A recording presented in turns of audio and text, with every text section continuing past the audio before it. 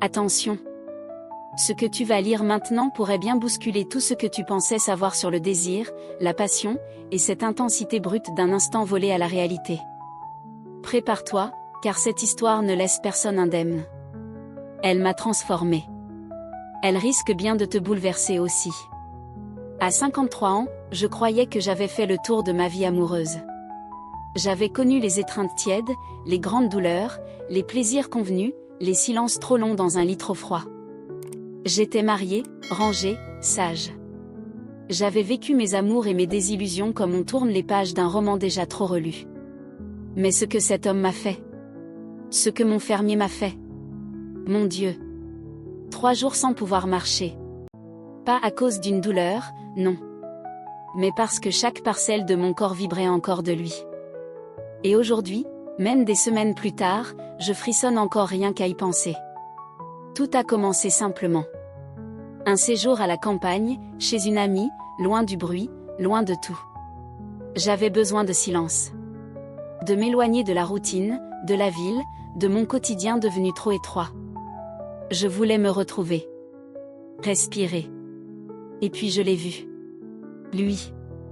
Il était là, presque sorti d'un rêve ou d'un fantasme de jeunesse, debout sous le soleil, une chemise légèrement entr'ouverte, laissant entrevoir une peau dorée par le travail et le vent. Ses mains portaient les traces de la terre, du vrai, du concret. Et ses yeux brûlants, pénétrants, qui semblaient tout deviner de moi sans que je dise un mot. Il n'a pas eu besoin de parler. Pas un mot. Il m'a regardé. Et je me suis sentie nue. Pas physiquement. Mais mise à nu dans ce que j'ai de plus intime, de plus caché. Il ne me voyait pas comme une femme de 53 ans. Il me voyait comme une femme, tout simplement. Et rien que ça, c'était déjà bouleversant. Dès les premières heures, il trouvait 1000 prétextes pour se rapprocher de moi. Une plaisanterie à voix basse, un effleurement presque innocent, un regard qui durait une seconde de trop. Et moi? Je n'ai pas fui. Je n'ai pas baissé les yeux. J'ai répondu. J'ai souri. J'ai joué. Mais à ce moment-là, je ne savais pas encore jusqu'où ce jeu allait m'emmener. Je ne savais pas qu'il allait me brûler, me marquer, me réveiller. Le lendemain, tout avait changé. Il n'y avait toujours pas eu un mot de trop, pas de déclaration, rien d'explicite. Mais la tension. Oh, cette tension dans l'air, presque palpable, presque étouffante. Cette tension électrique qu'on ressent juste avant la foudre. Il était toujours là, comme par hasard, à proximité. Une mèche de cheveux qui s'échappe? Sa main la replace. Vous avez de beaux cheveux, glisse-t-il, d'une voix grave, presque tendre. Je ris. Un rire nerveux, fragile. Mais mon corps, lui, savait déjà. Il comprenait que tout, absolument tout, était intentionnel. Il jouait. Et j'aimais ça. Chaque matin, je l'observais travailler. Torse nu dans les champs, le corps sculpté par les saisons, la sueur qui brillait sur sa peau. Il sentait le foin, le cuir, le soleil. Et je me surprenais à le regarder trop longtemps. Il le sentait. Il me le faisait payer. À sa manière. Puis, un soir, il m'a simplement dit. Venez, je vais vous montrer la grange avant qu'il ne fasse trop sombre. Une phrase banale. Mais son regard. Ce regard brûlant disait tout autre chose. C'était une invitation silencieuse. Un piège délicieux. Et j'ai accepté. Volontairement. La grange était baignée de cette lumière dorée du crépuscule. L'odeur du foin, de la terre, de lui. Tout s'était mélangé. Mes sens étaient en éveil. Chaque bruit de pas sur le plancher, chaque froissement de vêtements devenait presque assourdissant. Je le suivais, le cœur tambourinant dans ma poitrine. Et puis il s'est retourné. Lentement. Il s'est adossé à une poutre, les bras croisés, et m'a fixé avec une intensité à couper le souffle. « Vous avez peur » a-t-il murmuré, sa voix grave caressant l'air comme un murmure interdit. Non. Ce n'était pas de la peur. C'était bien pire. Ou bien mieux. C'était le désir. Brut. Animal. Incontrôlable. Je sentais la chaleur de son corps sans même le toucher. Mon souffle s'accélérait, mes mains tremblaient légèrement. La tension entre nous n'était plus une promesse, c'était une urgence. Et c'est là que tout a basculé. Et puis, il s'est avancé. Juste un pas. Un seul. Mais ce pas suffisait à tout faire basculer. Je sentis son souffle effleurer ma peau, tiède, presque tremblant, comme une caresse suspendue. Ses doigts trouvèrent mon poignet avec une lenteur exquise, et commencèrent à remonter le long de mon bras. Chaque centimètre qu'il franchissait déclenchait en moi une vague de frissons, comme si mes nerfs se réveillaient un à un après des années d'hibernation. Je suis restée là. Immobile. Silencieuse. Comme figée dans le temps. Et je l'ai laissé faire. J'ai offert mon corps à ses gestes, à cette assurance calme et troublante qu'ont les hommes qui savent, qui sentent, qui lisent les réactions avant même qu'on les exprime. Ses mains glissèrent lentement sur ma taille, avec une précision presque solennelle, comme s'il réapprenait chaque courbe, chaque battement sous ma peau. Et puis, son torse effleura le mien. Une chaleur brute, directe. Ce simple contact électrisa tout mon être. J'ai compris, à cet instant précis, que cette nuit ne serait pas juste une aventure de passage, un moment volé à la bienséance. Non. Ce serait un bouleversement. Une tempête. Une force sauvage prête à emporter tout ce que je croyais figé en moi. Une vague de sensations qui allait submerger mes peurs, mes règles, ma raison. Quand ses lèvres ont effleuré ma peau, si légèrement que j'ai cru l'imaginer, j'ai su que je ne sortirais pas indemne de cette nuit. Pas simplement marquée, transformée. Contre ce mur de bois brut, je n'étais plus qu'à lui. Offerte. Vulnérable. Prête. Mon souffle se coinçait dans ma gorge, tandis que ses mains m'exploraient avec une intensité presque animale, guidée par un instinct ancien, viscéral. J'avais oublié qui j'étais. Mon âge, mes doutes, les jugements, tout s'était évaporé. À cet instant, je n'étais plus qu'une femme. Une femme désirée, regardée, prise comme jamais. Et cela me faisait me sentir vivante, vibrante, sublime. Ses lèvres descendirent jusqu'à mon cou. Chaque baiser qu'il y déposait déclenchait une onde de frissons qui me faisait trembler jusqu'aux jambes. Il ne m'embrassait pas. Il me dévorait lentement, avec une dévotion carnivore, une tendresse animale. C'était une danse sans musique, une joute silencieuse où j'étais tour à tour conquise et conquérante, domptée et envoûtée.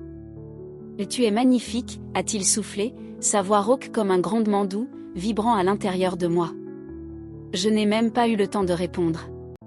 Ses mains se sont resserrées autour de mes hanches, me maintenant avec une fermeté irrésistible, et d'un seul geste, il m'a fait basculer dans un autre monde. Un monde où les sensations n'avaient plus de filtre, plus de limites. Chaque soupir devenait un cri intérieur, chaque caresse une décharge, chaque seconde un crescendo vers l'extase. Je me sentais libre. Sauvage. Vivante comme jamais auparavant. Son corps contre le mien, sa force en parfaite harmonie avec une douceur désarmante. C'était brutal et beau. Précis et déchaîné. Comme un ouragan qui t'arrache à la terre pour te faire voler au milieu des étoiles. Mes ongles s'accrochaient à sa peau, y cherchant un appui, une ancre dans cette tempête de plaisir. Mon cœur battait si fort qu'il semblait vouloir s'échapper de ma poitrine. J'avais quitté le monde. J'étais ailleurs. Dans une bulle de feu, d'extase, de vertige. Et puis, l'explosion. Cette vague brûlante qui est montée de mes reins jusqu'à mes lèvres, m'emportant dans un spasme de vérité. Mon corps s'est arqué, mes jambes ont tremblé, mon souffle s'est brisé. Je ne pouvais plus parler. Je ne pouvais qu'exister, fondu dans ce plaisir incandescent. Je l'ai regardé. J'étais encore haletante, incapable de croire à ce que je venais de vivre. Il m'a rendu un sourire. Un sourire de conquérant, de faune, d'homme satisfait, amusé, presque tendre. Et à cet instant, j'ai su que ce n'était pas fini. Ce n'était que le commencement. Je suis restée contre lui, levée dans ses bras puissants, la respiration encore saccadée, les muscles tremblants. Mon corps vibrait encore, comme traversé de secousses résiduelles. Mais plus que ça, quelque chose en moi refusait de redescendre. J'étais encore suspendue à lui, prisonnière de la fièvre qu'il avait allumée en moi. Ses doigts caressaient lentement mon dos, dessinant des sillons invisibles sur ma peau nue. Son souffle était redevenu calme. Mais dans ses yeux, son regard brûlait toujours. Un feu silencieux, sans fin. « Tu es incroyable », a-t-il murmuré, cette fois dans un souffle plus doux, mais chargé d'une admiration brute. Je n'ai rien répondu. Je n'en étais plus capable. Tout ce que j'étais se résumait à ce moment. À cette fièvre. À lui. L'air dans la grange était dense, chargé d'une tension charnelle encore suspendue entre les poutres de bois et les brins de paille. Même le silence semblait nous observer. Nos cœurs battaient encore en rythme, connectés, accordés. Nous étions encore un. Puis, lentement, il glissa une main sous mon menton et releva mon visage vers le sien. « Regarde-moi » souffla-t-il. Je l'ai regardé. Les yeux grands ouverts. Comme hypnotisé. Piégé dans l'intensité de cet instant suspendu. « Ce n'est pas fini » dit-il simplement, avec une lueur de promesse. Et à ces mots, un frisson intense me traversa à nouveau. Parce que je savais qu'il disait vrai. Parce que malgré tout ce que nous venions de faire, je le voulais encore. Avec une urgence dévorante. Avec une fin nouvelle, incontrôlable. Mais, étais-je prête à assumer cela? À affronter ce que cela allait réveiller en moi? Mon cœur disait oui. Mon corps suppliait. Et mon esprit, lui, s'était déjà rendu. Le soleil déclinait lentement dehors, projetant sur le bois un halo orangé, presque irréel. Et moi, je comprenais que cette nuit ne faisait que commencer. Il n'y aurait pas de retour en arrière. J'étais déjà ailleurs. Offerte. Consumée.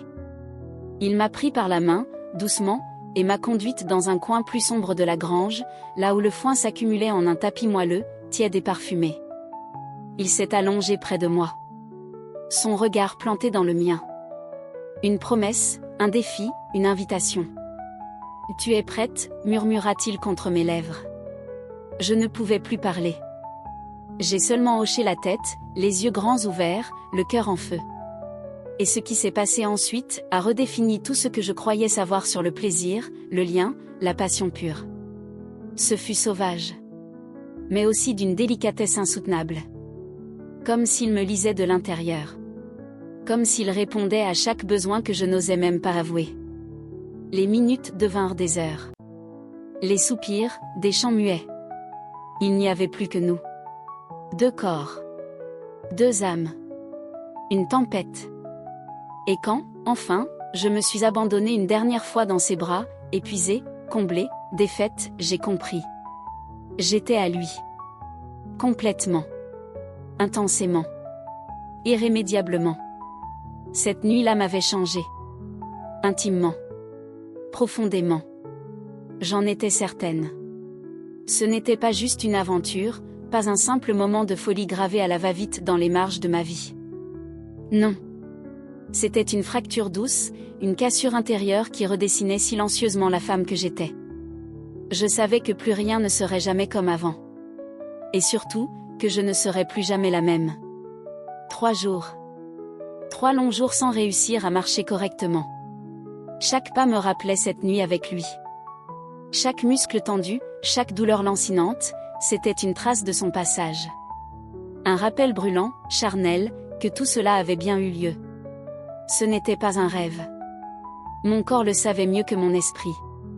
Au matin, alors que les premiers rayons du soleil perçaient à travers les interstices de la vieille grange, sa lumière dorée glissant sur la paille et les poutres usées, il s'est tourné vers moi. Allongé, le torse nu, la peau encore chaude de notre intimité, il m'a lancé un sourire en coin, ce sourire qui faisait déjà tout vaciller en moi. « Tu vas bien » a-t-il murmuré. J'ai ri. Un rire doux, encore tremblant, encore court-circuité par les vagues de sensations qu'il avait fait naître en moi. Essoufflée. Vide et pleine à la fois. Je crois que je ne pourrai plus jamais marcher normalement. Je me suis redressée à moitié, les draps en désordre, le souffle court. Puis j'ai ajouté, les yeux brillants. Merci. Dans ses yeux, j'ai vu qu'il comprenait. Il savait. Il lisait déjà en moi la certitude que je garderais ce souvenir toute ma vie. Cette nuit n'était pas un simple souvenir érotique, c'était une empreinte. Une cicatrice délicieuse. Le silence du matin n'avait rien d'ordinaire. Il n'était pas paisible. Il était chargé. Dense. Comme s'il portait, lui aussi, les vestiges de cette tempête charnelle. Mon corps était douloureux, parcouru de tensions délicieuses. Mes muscles tiraillaient, me rappelant avec insistance chaque instant, chaque geste, chaque soupir. Je l'ai regardé à mon tour. Il était beau.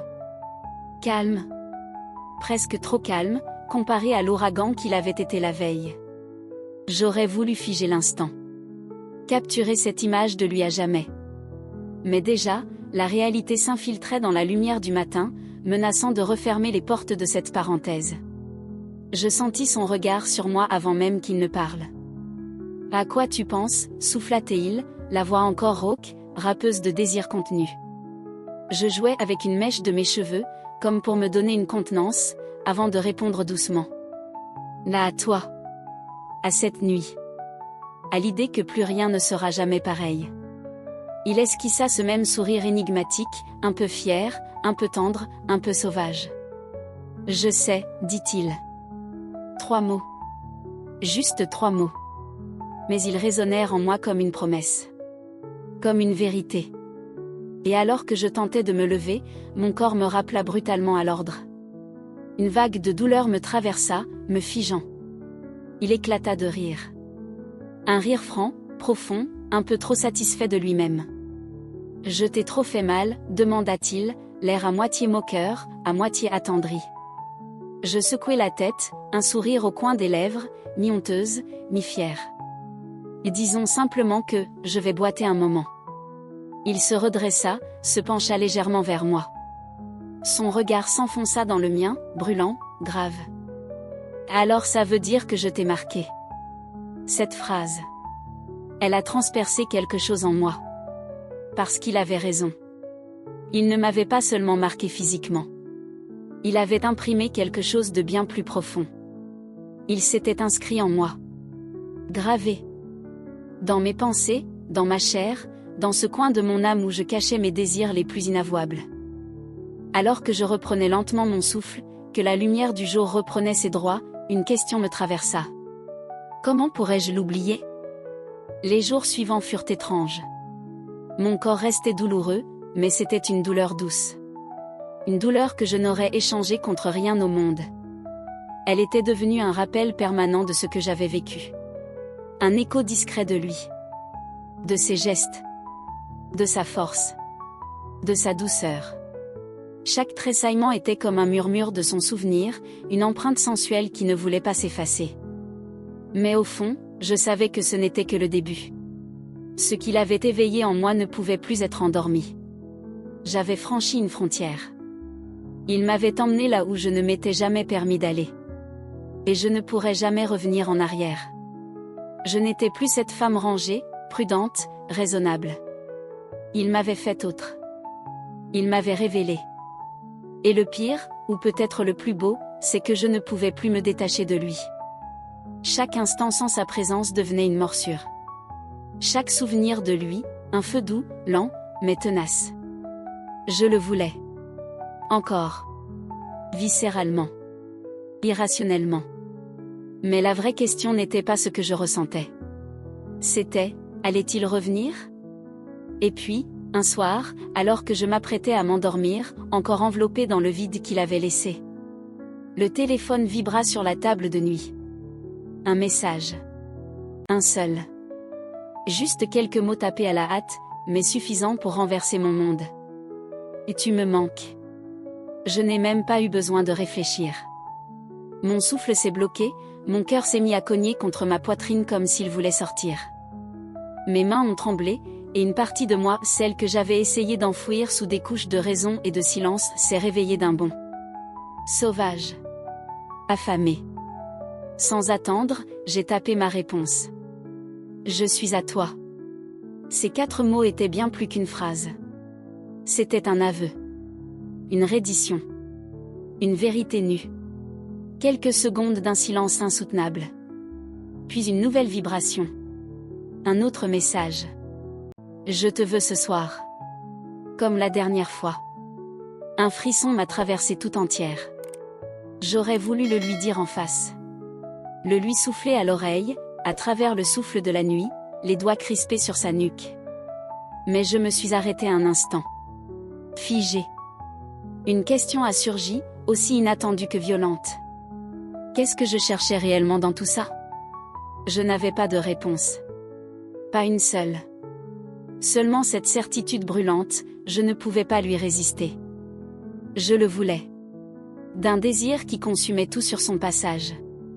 J'étais prise dans une tornade, incapable de retrouver mon centre.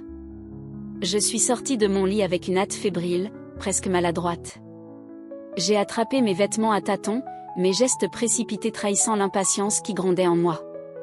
Chaque seconde qui passait, chaque battement de mon cœur, me rapprochait de lui.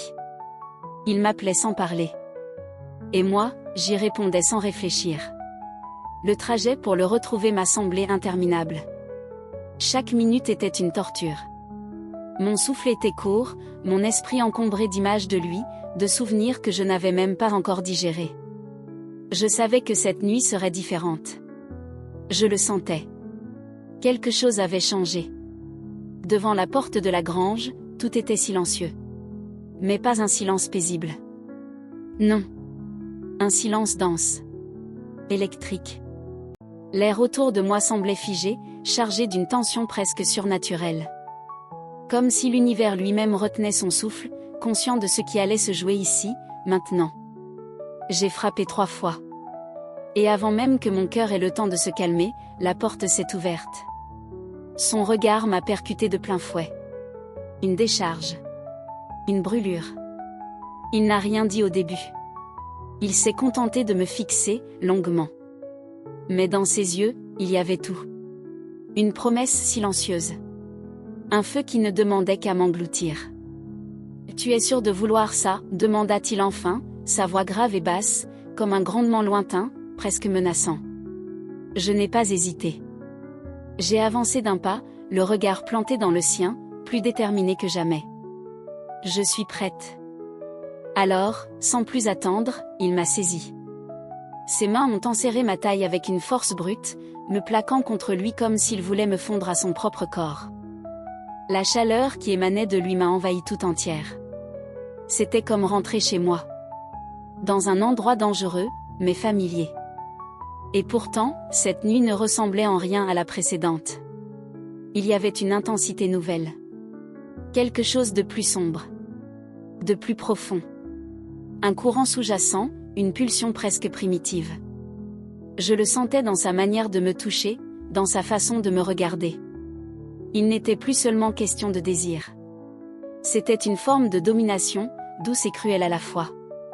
Une emprise qui me terrifiait, autant qu'elle m'excitait. « Ce que tu le veux vraiment, pas vrai ?» a-t-il soufflé en frôlant ma peau du bout des lèvres. Je n'ai pas répondu. Je n'en avais pas besoin. Mon corps parlait pour moi. Mon souffle court, mes frissons, mon abandon. Il m'a entraîné plus loin dans la grange, là où les ombres se faisaient plus épaisses. Et là, sans un mot, il a pris possession de moi. Ce n'était pas une étreinte. C'était un combat. Un duel silencieux entre mon envie de garder le contrôle, et ma soif de le perdre totalement. Chaque mouvement, chaque baiser, chaque souffle devenait une épreuve. Je me débattais intérieurement, mais la vérité était là. Je ne contrôlais plus rien. Je me laissais aller, totalement, à cette descente en spirale. Plus il me poussait dans mes retranchements, plus je m'y accrochais. Plus je tombais, plus je le voulais. Jusqu'au moment où tout a explosé. Pas seulement dans mon corps. Dans ma tête. Dans mon âme. Je n'étais plus une femme. J'étais un cri. Un frisson. Un abandon total.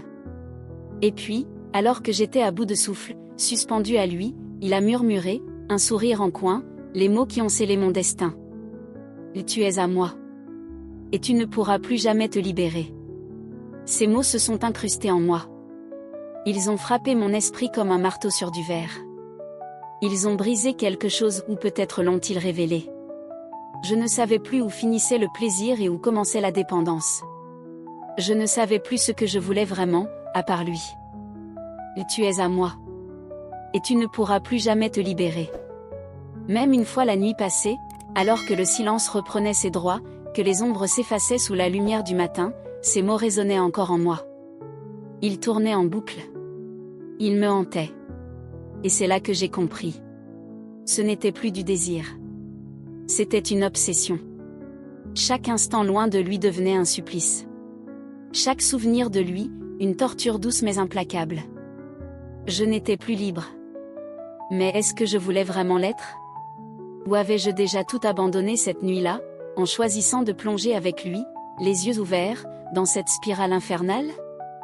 Était-ce encore de la passion? Ou une prison dorée, construite par nos propres corps?